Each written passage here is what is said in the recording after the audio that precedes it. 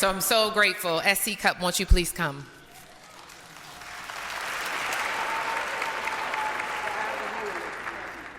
Good afternoon. It's an honor to be here with you all on this historic and beautiful day.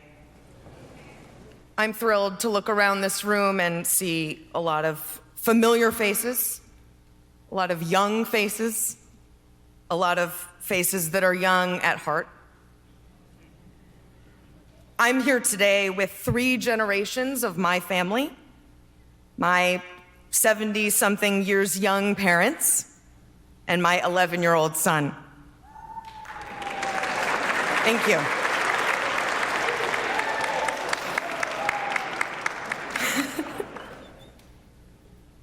It was important to me to bring them all here, not only to witness this important event and hear from all of you who have so generously invited us into your church, but because these generations are in many ways the answer to what is ailing us as a nation, as a society, as a community. I view my work in journalism as a kind of ministry. I aim to serve as a conduit between those in power and those outside of it, to be a voice for the voiceless. It's challenging work, but it's fulfilling.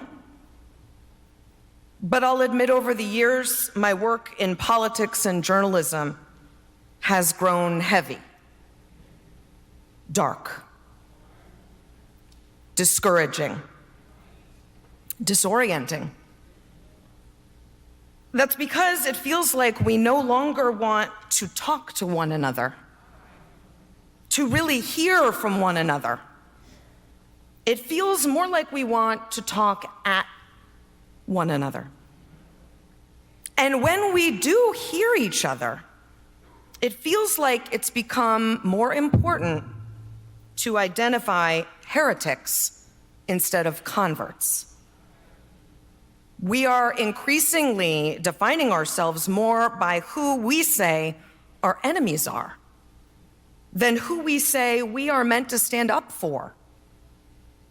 I think a huge part of that is that we're losing our connection to the generations before us and after us.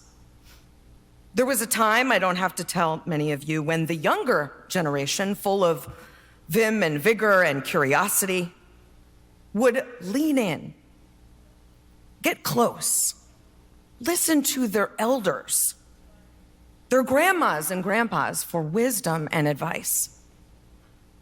They'd sit at their feet and lean in real close to hear their histories they lived, sometimes painfully. And at the same time, our elders would look to our youth for hope, for the future, to keep plugged in, to keep them young. And those of us straddling the 2 generations would encourage these intergenerational conversations, because we know there's only so much you can learn in a textbook about history. The real stories of hardship, of overcoming, of freedom are passed down. We know everything we need to from our ancestors, if only we cared to listen.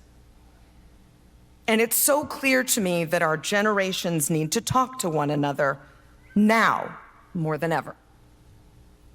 Just imagine the conversation between the grandmother who marched on Selma and the young ICE agent in Minnesota. Imagine what he could learn from her. Or imagine the conversation between the frail Holocaust survivor and the protesting college student. Imagine what they could learn from each other.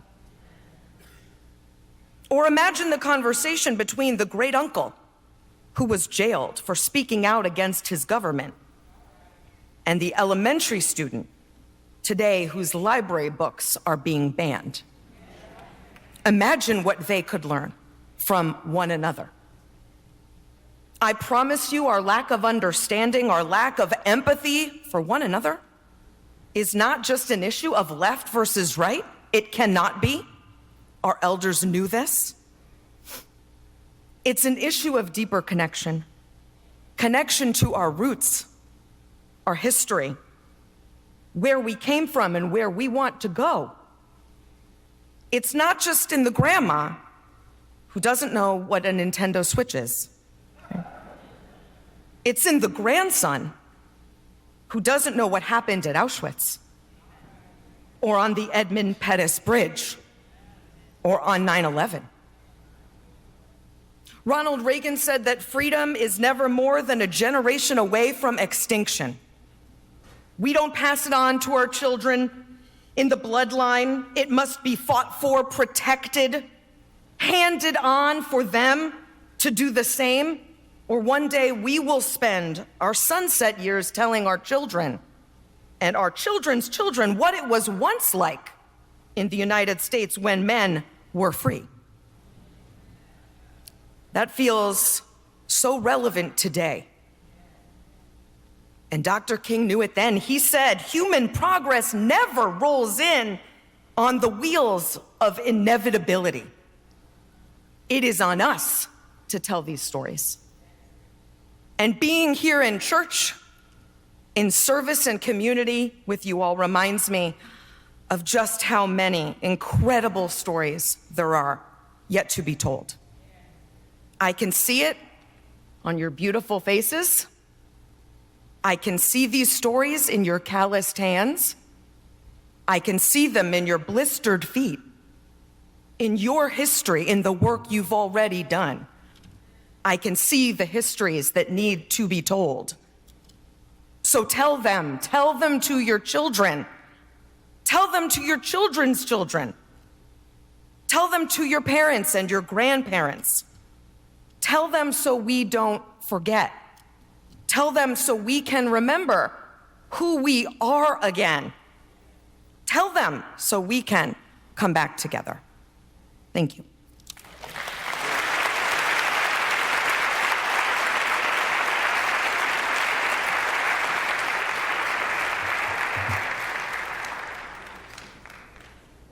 In American history, there have been great speeches. Perhaps in the 1700s, the greatest speech would have been Patrick Henry's, "Give us liberty or give us death."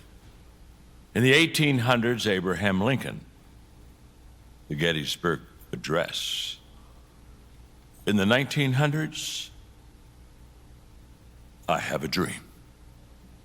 As I travel internationally, all I have to do to any audience at any time is start with the words, "I have a dream."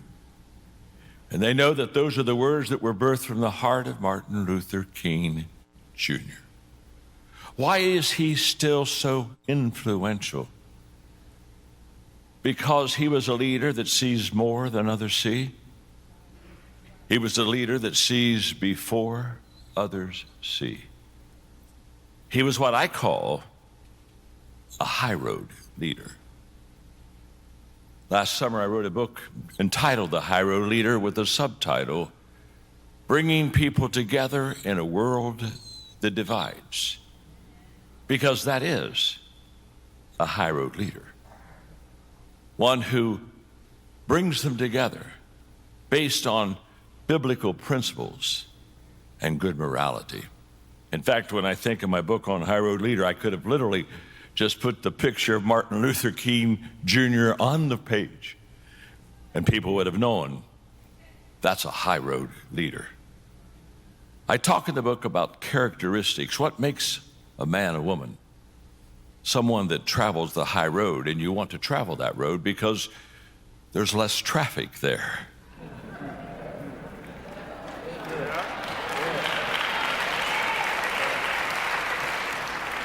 High road leaders value all people. Martin Luther King Jr. said, "I hereby pledge myself, my person, and my body to nonviolent movement. Therefore, I will keep the following 10 commandments, which," he said, "I will pray daily, to be used by God in order that all men might be free." That word "all" is very godlike. For God so loved the world. You see, Martin Luther King Jr. was a man of value who valued people and intentionally, consistently added value to them. A high road leader gives more than they take. Martin Luther King Jr. said, "I will sacrifice personal wishes in order that all men might be free." You see, the great high road leaders, they know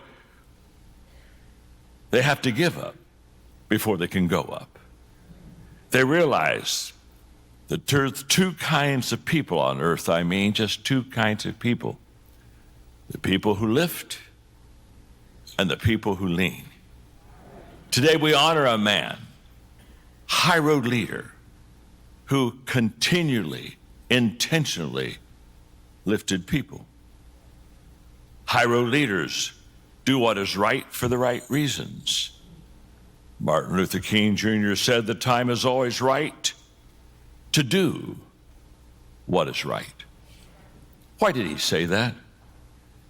Because motives matter, because people matter. And right matters because right matters. High road leaders live by a bigger picture.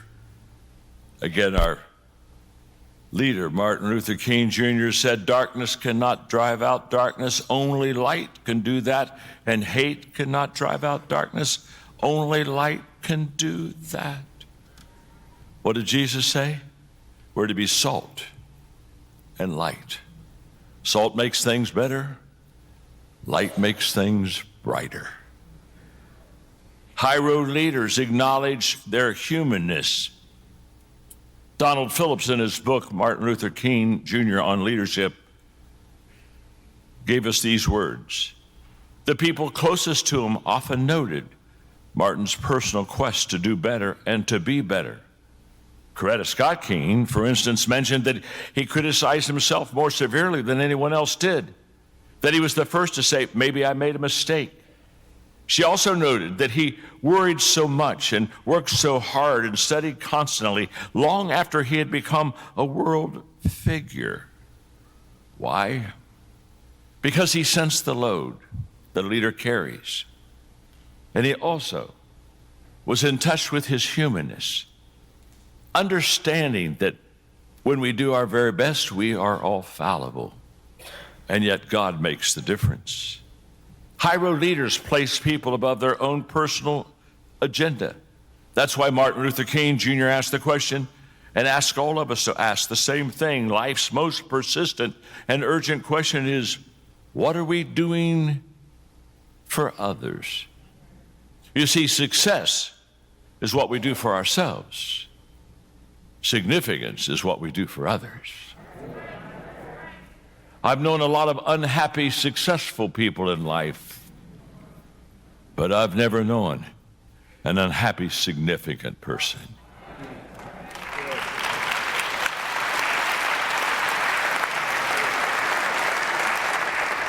High road leaders don't keep score.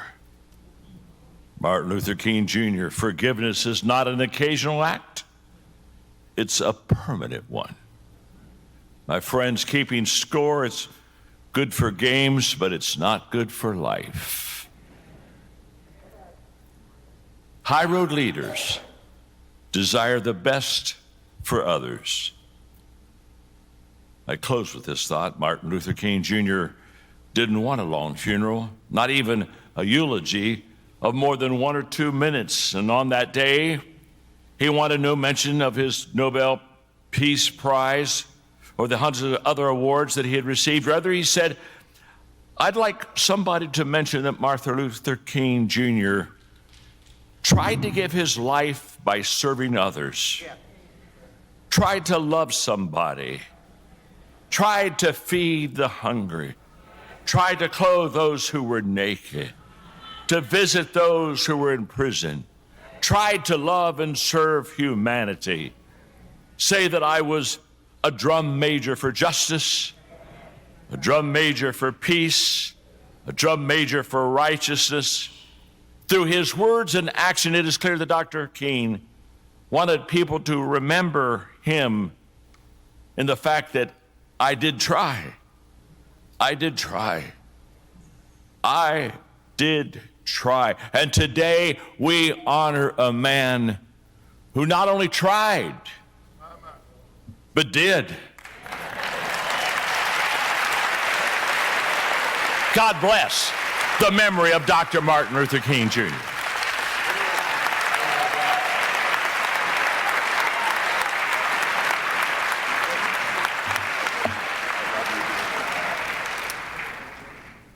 Good afternoon.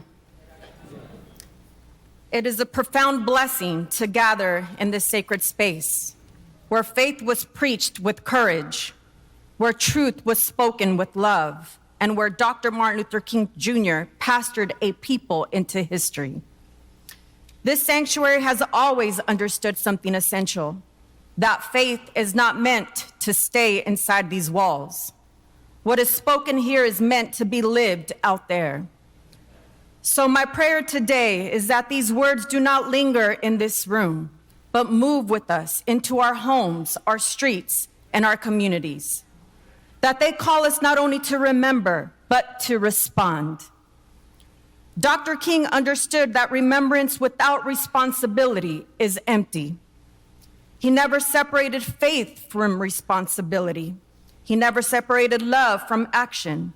He taught us that the beloved community is not a slogan we admire, but a life we commit to through courage, discipline, and a deep moral obligation to one another. And standing here today in this sacred space, we are reminded history is not something we honor with our words alone. It is something we carry forward with our lives. For 20 years, I've had the privilege of working alongside the great Harry Belafonte, a man who took Dr. King's teachings seriously enough to treat them as an assignment. Mr. B, as we affectionately called him, did not believe in admiring Dr. King from a distance. He believed in continuing his work by standing with the vulnerable, challenging the systems of oppression, refusing to let comfort replace conscience, and showing up in radical solidarity. He insisted that every campaign, every mobilization, every act of leadership be grounded in Kingian nonviolence. He taught us that the moral leadership is not about comfort or convenience. It is about responsibility, and reminded us again and again that our work was not simply to resist injustice, but to build the beloved community his dear friend Dr. King envisioned. And the truth is this: every generation is given a moment when the values it celebrates are tested by the choices it makes. This is one of those moments. For generations, people have looked back on history and spoken with certainty about who they would have been or what they would have done. We say we would have stood on the right side of justice. We say we would have resisted oppression when it was unpopular, inconvenient, or dangerous. But history is not shaped by what we imagine we would have done. It is shaped by what we are willing to do now.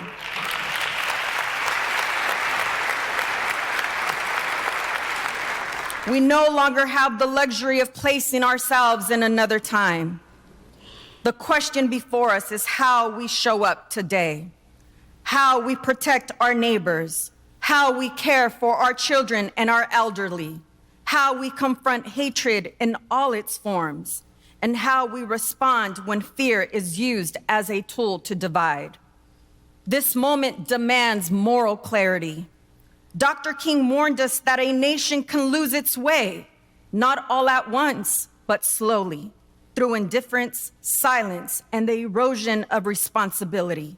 He spoke of a spiritual sickness, a weakening of our collective conscience. Today, we see the signs of that sickness when conviction stops at expression, when what we believe never moves beyond what we say, when outrage replaces relationship, when we mistake posting on social media for participating in the hard work of change and words for the work itself. Dr. King taught us something deeper, that justice is built through connection, through sacrifice, through shared struggle. It is a way of life, one that shapes how we think, how we speak, and how we act towards one another. Dr. King gave us both principles to live by and steps to act upon, a moral framework and a practical path. Kingian nonviolence calls us to confront injustice honestly and directly, while refusing to surrender our humanity in the process. It asks us to resist violence in all its forms, physical, verbal, emotional, and spiritual, and to choose actions that heal rather than harden. The goal was never to defeat people, but to dismantle the systems of oppression and build the beloved community. This kind of nonviolence requires discipline and courage. It requires love strong enough to hold people accountable while still believing in their humanity. This is not abstract work. It is the work before all of us. Building the beloved community requires grounding our movements in nonviolence, preparing our communities and young people to lead with integrity, and examining even those we disagree with through the lens of reconciliation. Commitment to nonviolence goes far beyond quoting Dr. King. It is a daily practice, it is a discipline, it is a responsibility. And it is a responsibility that is always being witnessed. Our young people are watching us. Tonight, today, my children are watching me, Dom and Jay. They are learning how we respond to conflict, to disagreement, to fear. Violence may feel easy, believe me. Writing people off may feel justified. Nonviolence asks more of us. It asks us to slow down, to see one another fully, and to make sure that we continue to choose love even when it costs us. So today and throughout this week, we will hear Dr. King's words quoted. We will hear his dream invoked. The deeper question is, how are we fulfilling his unfinished assignment?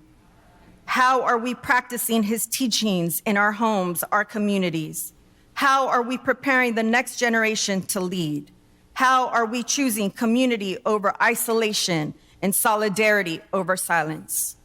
Dr. King believed in love, and not just any type of love, but that agape type of love. He believed that justice pursued with discipline and compassion could bend the arc of history. That belief is now in our hands. May we leave today committed to more than remembrance possible, if we choose it, if we practice it, if we live it. Thank you, and God bless.